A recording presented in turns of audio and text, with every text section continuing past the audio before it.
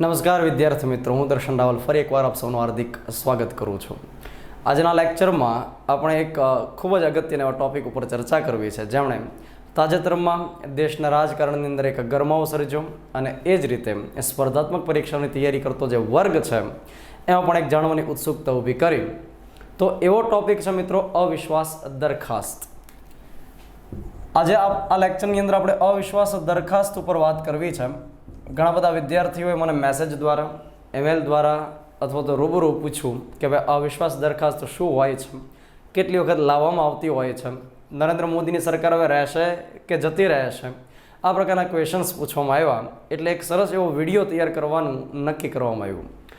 જાણીએ કે આ અવિશ્વાસ દરખાસ્ત શું હોય છે અને ભારતીય બંધારણની અંદર એનો શું ઉલ્લેખ રહેલો છે. તો સૌપ્રથમ તો અવિશ્વાસ દરખાસ્ત નો કોન્ફિડન્સ મોશન કોની વિરુદ્ધમાં લઈ આવવામાં આવતું હોય છે, તો કે એ સરકાર વિરુદ્ધમાં આવતું હોય છે.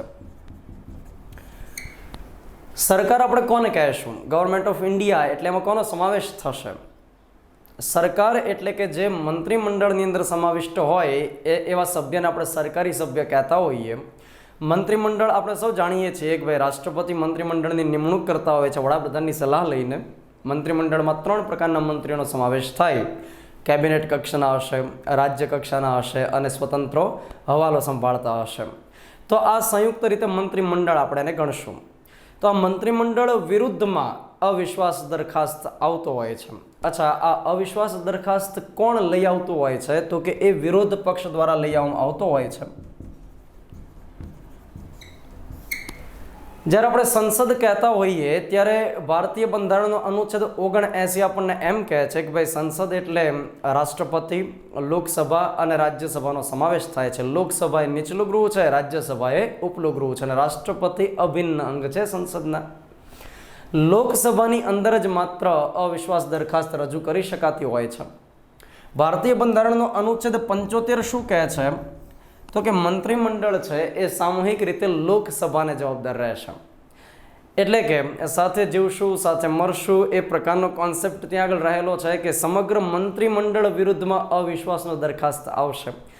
કોઈ એક સિંગલ મંત્રી વિરુદ્ધમાં ક્યારેય નહીં આવે. એ જે સિંગલ મંત્રી વિરુદ્ધમાં લઈ આવવામાં આવે એને ઠપકા પ્રસ્તાવ કહેવામાં આવતો હોય છે. આ અવિશ્વાસ દરખાસ્ત શું હોય છે? તો કે સરકારની નીતિનો વિરોધ કરવામાં આવે છે. સરકારની જે કંઈ પોલિસીસ છે એમનો વિરોધ કરવામાં આવે છે કે ભાઈ દેશ માટે હાનિકારક છે એમ કરીને. તો અવિશ્વાસ દરખાસ્ત તાજેતરમાં જે લઈ આવવામાં આવી લોકસભાની અંદર, સુમિત્રા મહાજન જે અધ્યક્ષ છે એમના દ્વારા મંજૂરી આપવામાં આવી. ટીડીપી તેલુગુ દેશમ પાર્ટી અને એક અન્ય પાર્ટી છે દક્ષિણની, એ જ રીતે YSR કોંગ્રેસ પાર્ટી. તો એમની પહેલથી કોંગ્રેસ પણ સહમત થઈ ગયું અને સંયુક્ત રીતે સાથે સાથે મળીને અવિશ્વાસની દરખાસ્ત રજૂ કરવામાં આવી. તેમને સુમિત્રા મહાજને મંજૂરી આપી અને એની ઉપર ચર્ચા માટે મંજૂરી મળી.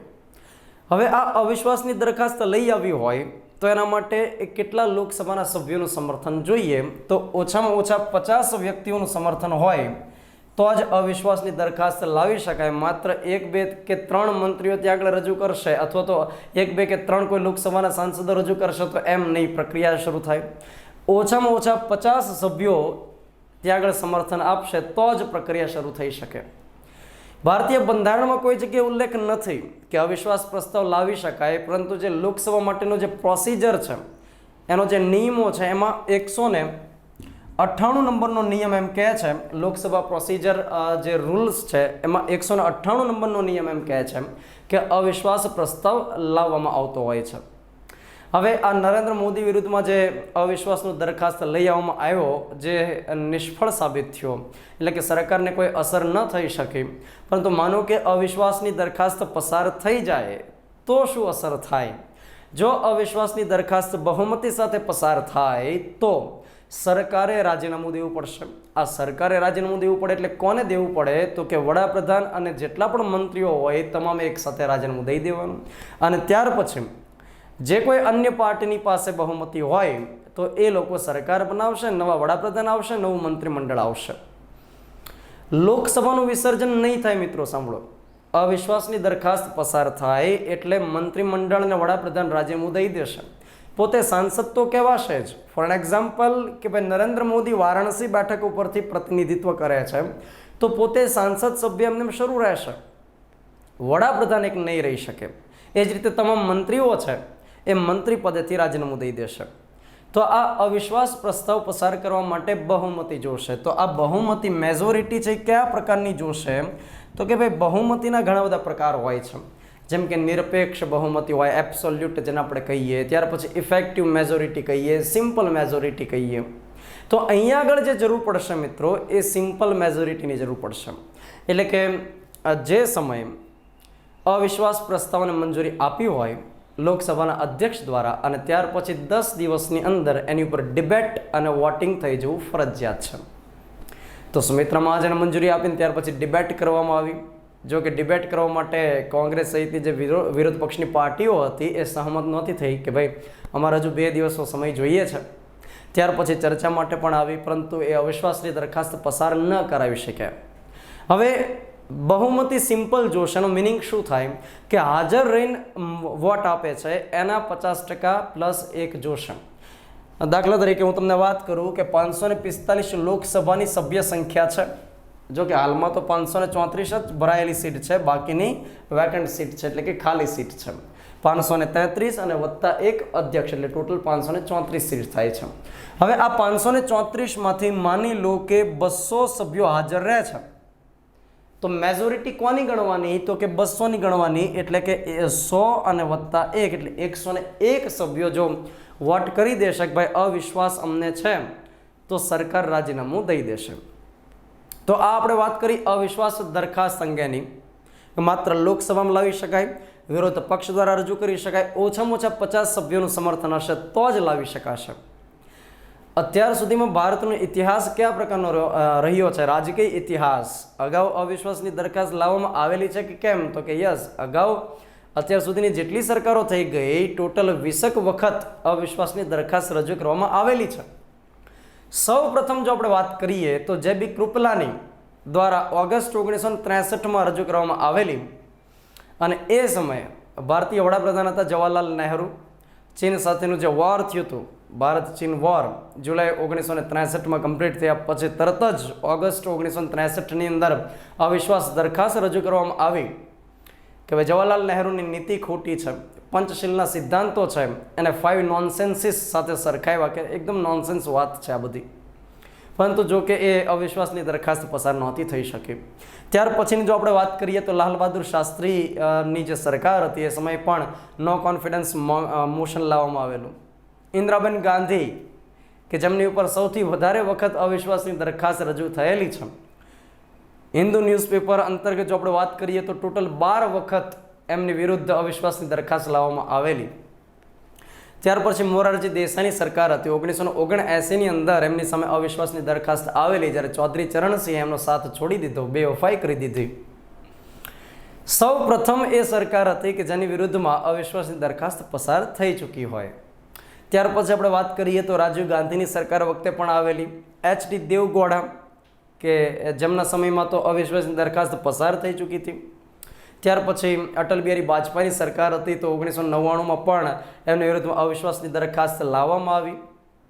2003ની અંદર ફરી એકવાર અટલ બિહારી વાજપેયીની સરકાર વખતે અવિશ્વાસની દરખાસ્ત આવી હતી, જો કે પસાર નહોતી થઈ એ સમયે. મનમોહન સિંહની સરકાર જે 2 ટર્મ સુધી રહી તો એક પણ વખત નો કોન્ફિડન્સ મોશન આવ્યું નહોતું.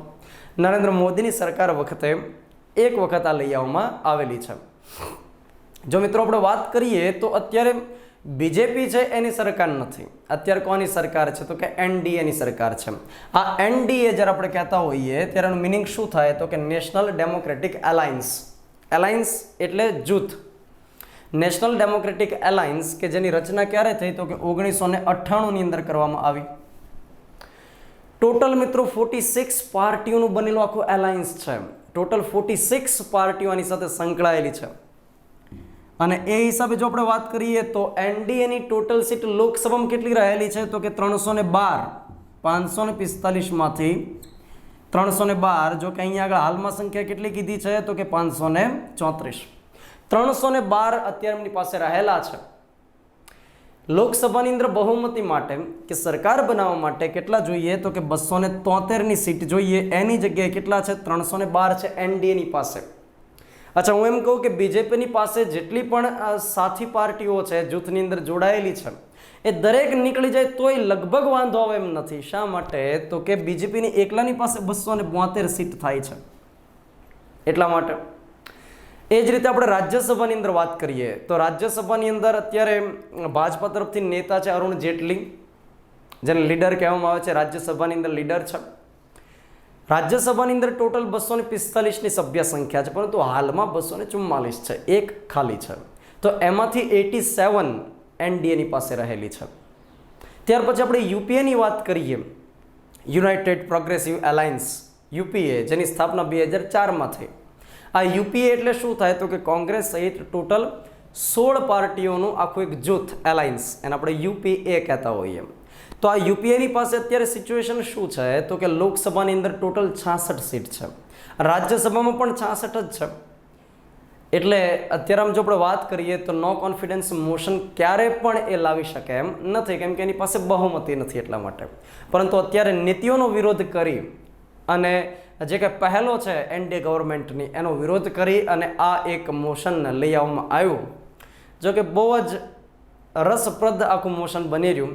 લોકસભાની અંદર જે સ્પીચ આપવામાં આવી રાહુલ ગાંધી દ્વારા, નરેન્દ્ર મોદી દ્વારા, અને એ રાહુલ ગાંધીએ જે નરેન્દ્ર મોદીની સાથે હગ કર્યું, જેના વિડીયો ખૂબ વાયરલ થયા, તો એ ખૂબ જ રસ જગાડે એવી બાબતો સામે આવી. તો મિત્રો, આ આપણે અવિશ્વાસની દરખાસ્ત શું હોય છે, કઈ રીતે લાવવામાં આવતી હોય છે, અત્યાર સુધીમાં કઈ રીતે લાવવામાં આવેલી કે કેમ વગેરે, એના વિશે આપણે વાત કરી. આઈ હોપ કે તમે સમજી શક્યા હશો. Thank you very much.